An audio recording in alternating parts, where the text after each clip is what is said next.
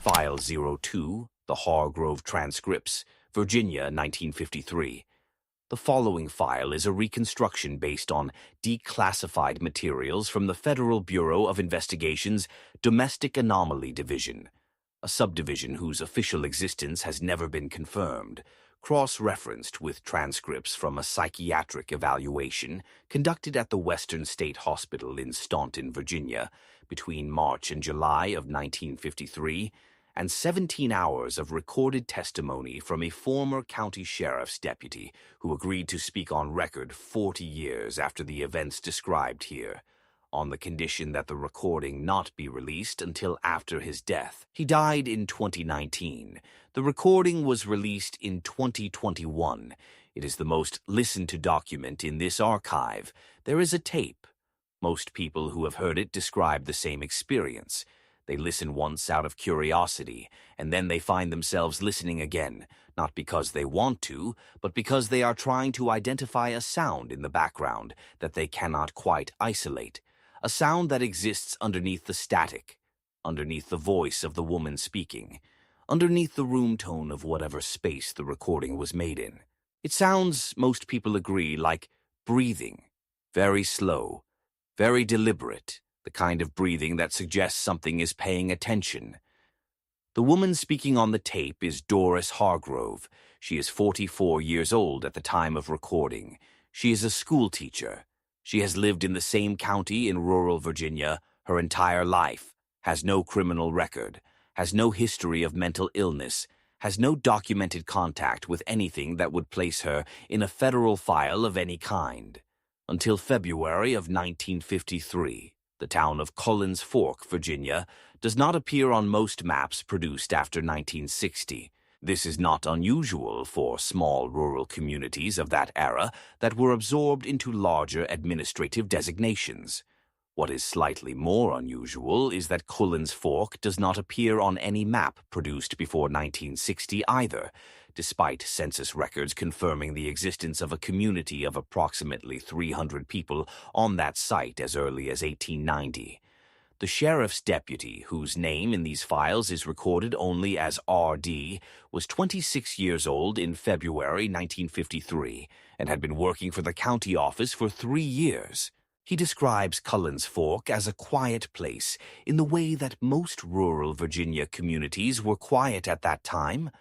Not peaceful exactly, but contained, self-sufficient in its problems, the kind of town that handled things internally and regarded outside involvement with a suspicion that was less hostile than it was exhausted.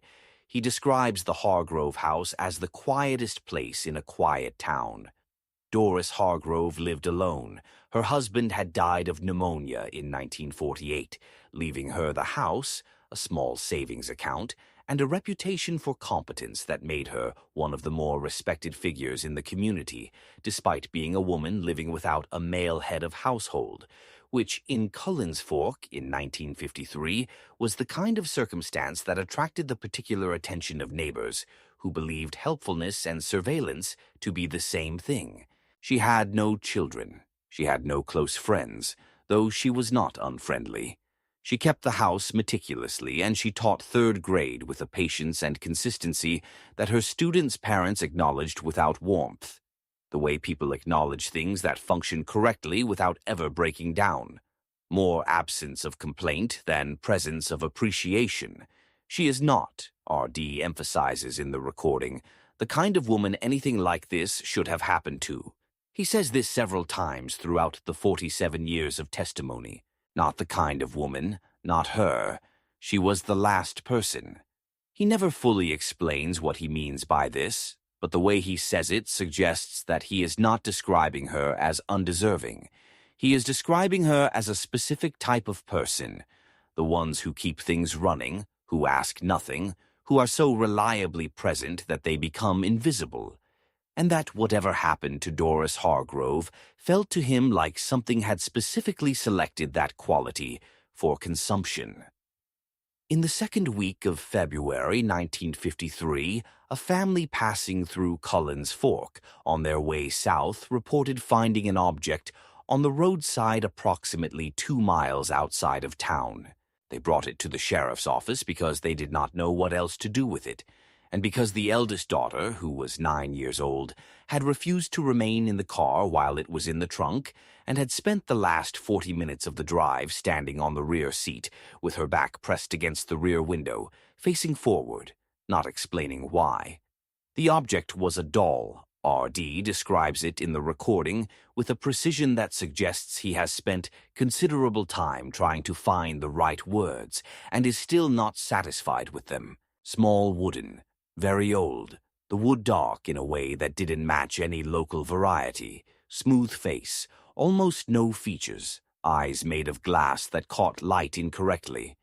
Not wrong, he is careful to say, just not the way things are supposed to, sitting perfectly upright, perfectly still in the way that, he says, after a long pause, made every other thing in the room feel like it was moving slightly by comparison. The sheriff, a man named Harold Pruitt, decided the sensible thing was to leave it in the lost and found box and wait for someone to claim it. No one came. After 2 weeks, Pruitt told R.D. to take it to Goodwill in the next town over and be done with it. R.D. put it in his car. He drove to the Goodwill. He sat in the parking lot for 20 minutes. He drove back with the doll still in the passenger seat and told Pruitt that the Goodwill had been closed. Pruitt did not check whether this was true. R.D. in the recording confirms that it was not. He could not explain, even 40 years later, why he had not been able to leave it there. It felt, he says, like leaving a witness behind.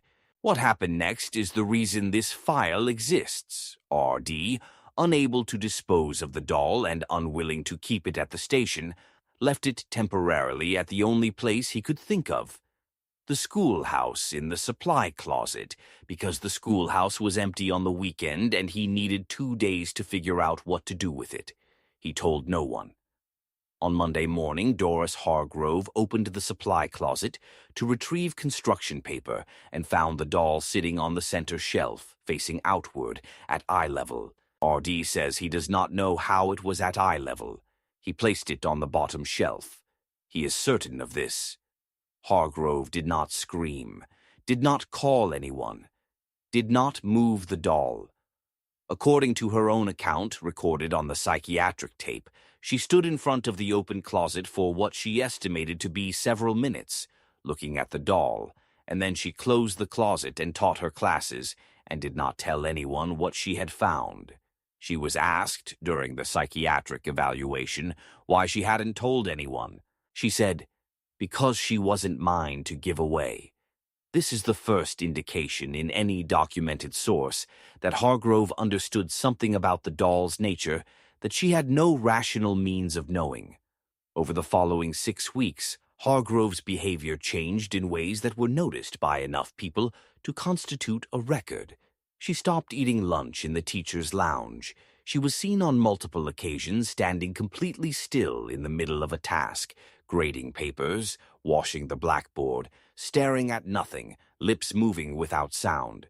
3 students reported independently that Mrs. Hargrove had answered questions they had not yet asked aloud. Her neighbor reported that the lights in the Hargrove house were on at all hours of the night, but that when she knocked to check in, Doris answered the door fully dressed and composed, and said she was perfectly fine and had simply taken up reading. The neighbor reported that Doris's eyes, in that interaction, were open, slightly too wide. That she had the look, the neighbor said, of someone who has just seen something and is waiting to see if it happens again. The doll had been taken home. Hargrove does not explain this decision in the psychiatric transcript. She does not appear to believe it requires explanation. When pressed, she says only, she needed to be somewhere stable. The school wasn't right for her. Too many children, too much noise. She needed quiet to work. She is asked what she means by work. She says, remembering. She's always remembering. It takes concentration.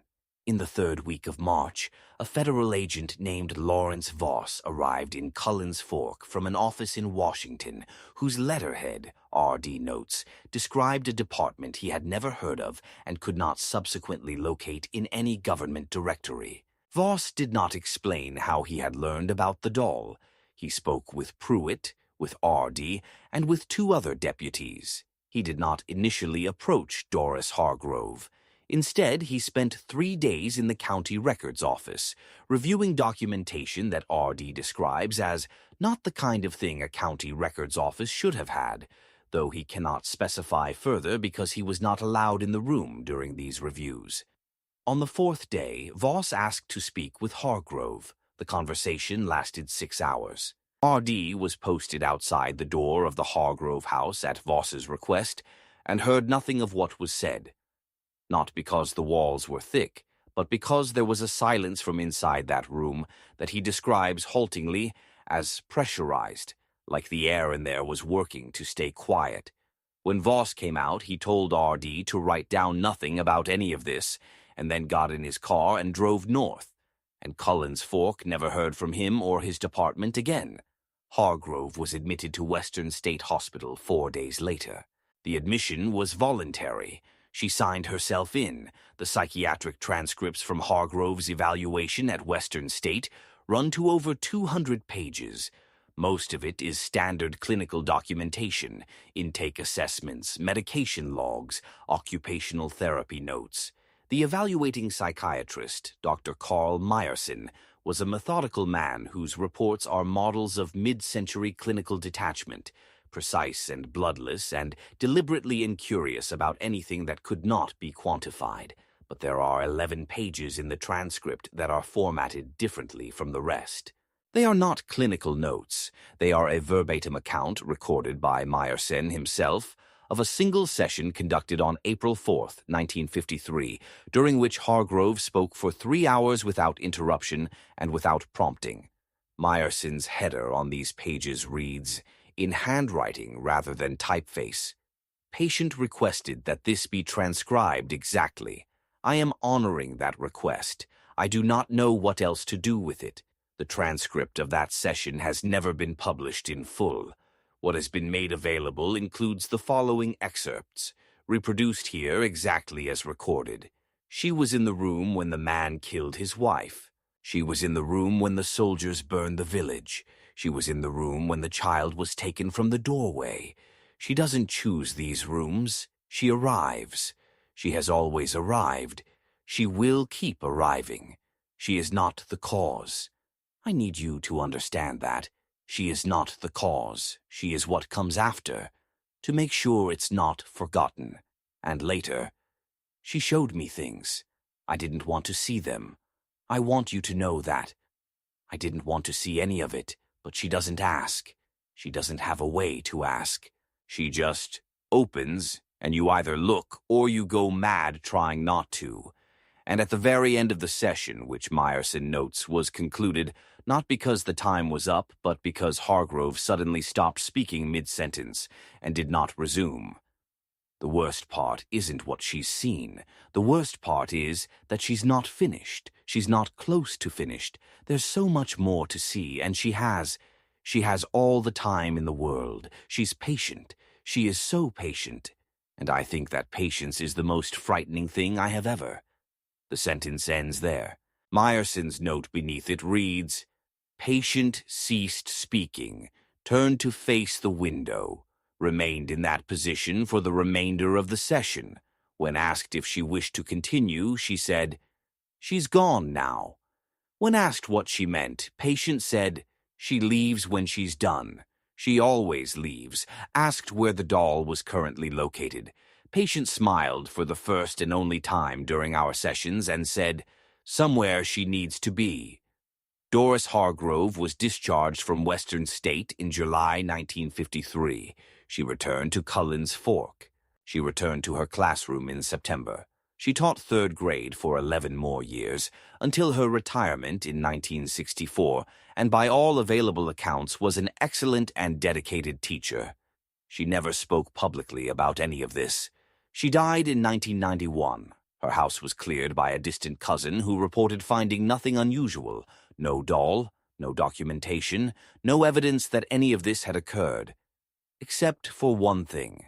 On the inside of the supply closet door in the schoolhouse, which had been repainted at least 3 times since 1953, workers doing a renovation in 2004 found writing that had bled through every layer of paint, written in something that was not paint and that the workers could not identify.